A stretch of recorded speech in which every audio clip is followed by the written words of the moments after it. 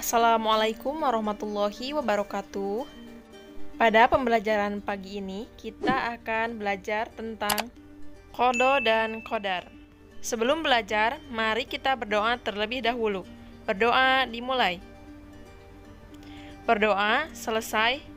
Qada dan qadar bagi seluruh umat Islam tentu kita sudah mengetahui dan memahami bahwa segala sesuatu yang terjadi di dalam kehidupan merupakan takdir dari Allah Subhanahu wa Ta'ala, baik itu sebuah kehidupan atau kelahiran, rezeki yang didapatkan hingga kematian yang akan didatangkan pada seseorang.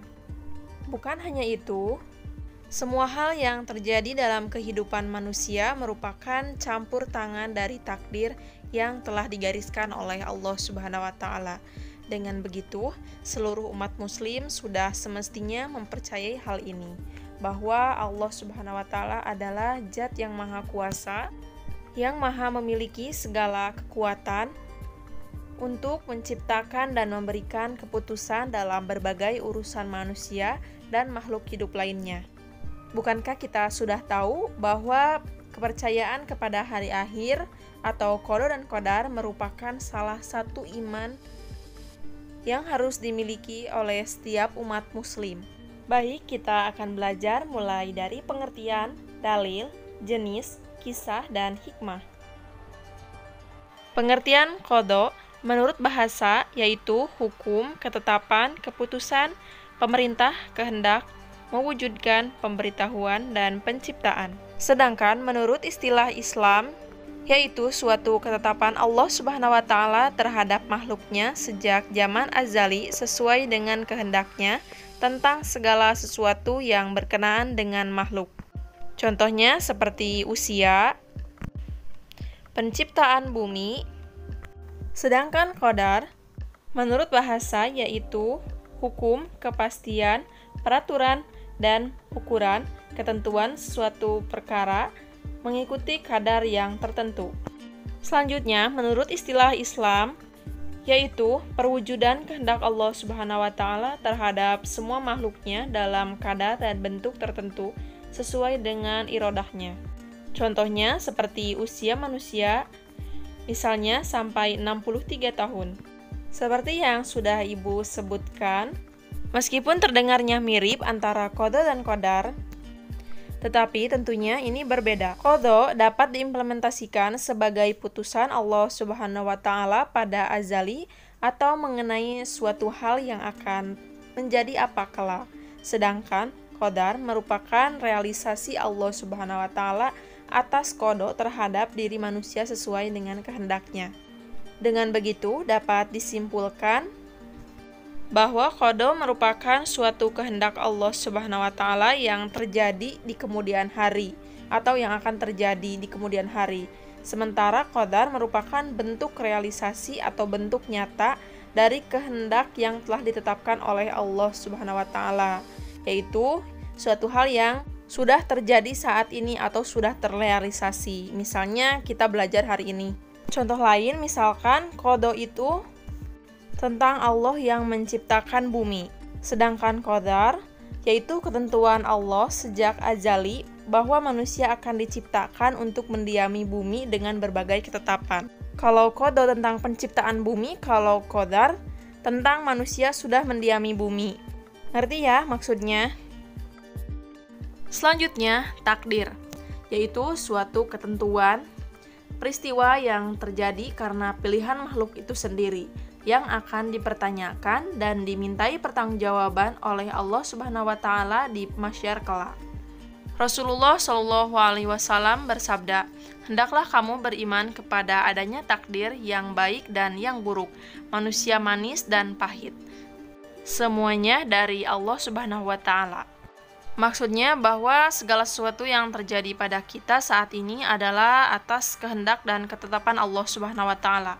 Dalil takdir Allah Subhanahu wa Ta'ala, yang artinya sesungguhnya kami menciptakan segala sesuatu menurut ukuran. Kemudian dalil takdir yang lainnya yaitu terdapat di dalam Quran surat Al-An'am ayat 59. Kemudian terdapat di dalam Quran surat Maryam ayat 21. Kemudian dalil lain terdapat di dalam hadis Nabi. Hukum beriman dengan qada dan qadar, yaitu hukumnya wajib untuk mempercayai dan meyakini bahwa Allah mengetahui segala perkara yang akan berlaku kepada semua makhluk. Allah juga telah menetapkan ketentuan tertentu dan tiada satu perkara pun yang terlepas dari pada ketentuan Allah Subhanahu wa Ta'ala.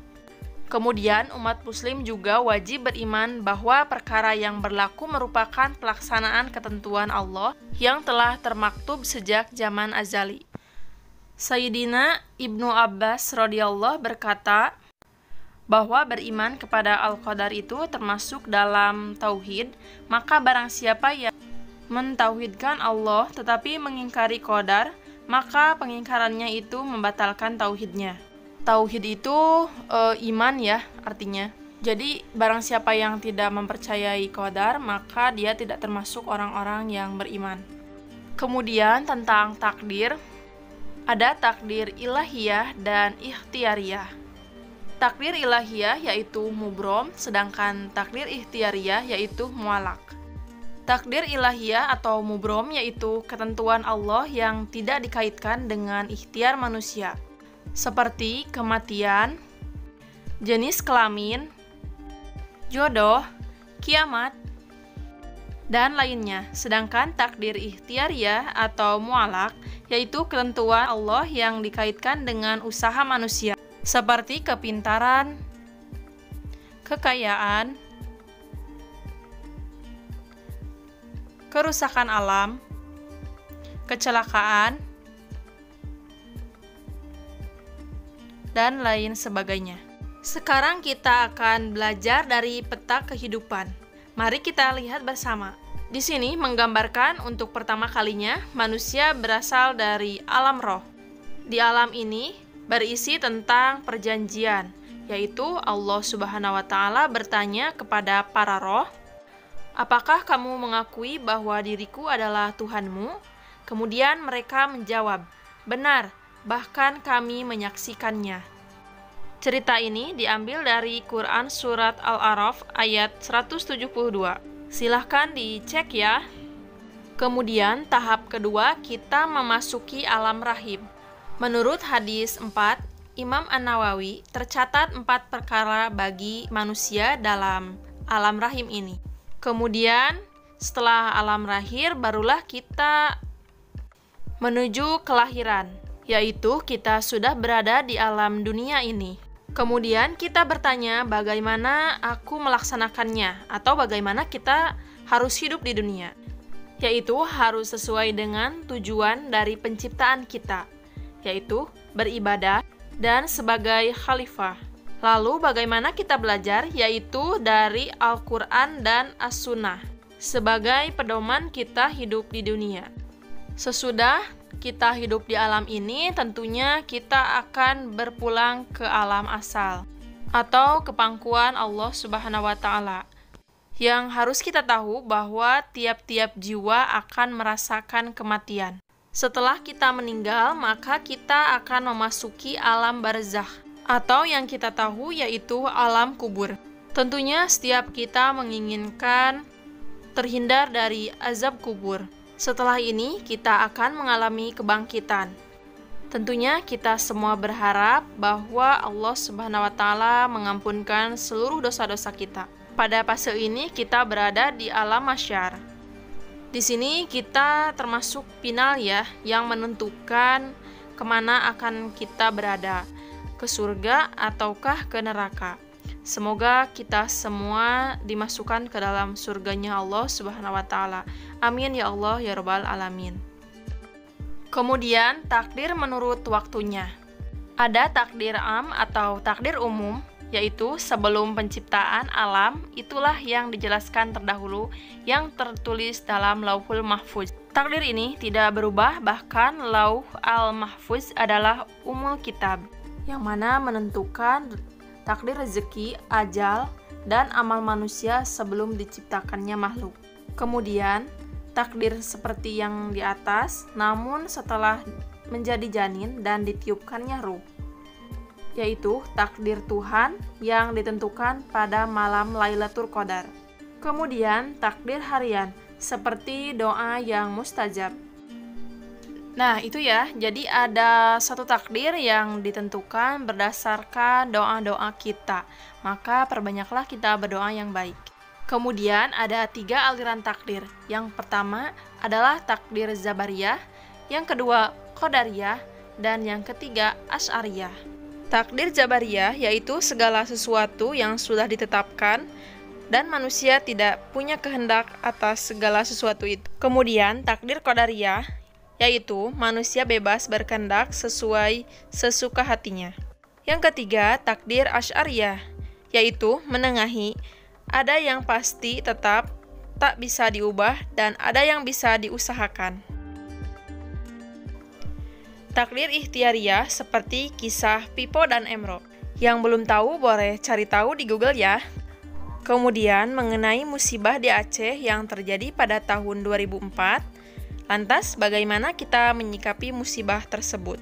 Atau bagaimana kita menyikapi setiap musibah yang terjadi dalam kehidupan kita? Kemudian, hikmah. Yang pertama, hikmah yang bisa kita ambil yaitu melatih diri untuk banyak bersyukur dan bersabar.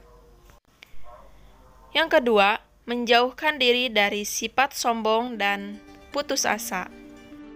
Yang ketiga, menumpuk sifat optimis dan giat bekerja. Yang keempat, menenangkan jiwa. Selanjutnya, hikmah yang bisa kita ambil lainnya yaitu bertambah yakin terhadap kuasa Allah, tidak sombong apabila berjaya, tidak kecewa apabila gagal, mendorong kita berusaha dengan rajin dan istiqomah, serta bersyukur apabila memperoleh nikmat dan tabah menghadapi cobaan. Itu saja materi yang bisa Ibu sampaikan pada hari ini. Semoga bermanfaat. Assalamualaikum warahmatullahi wabarakatuh.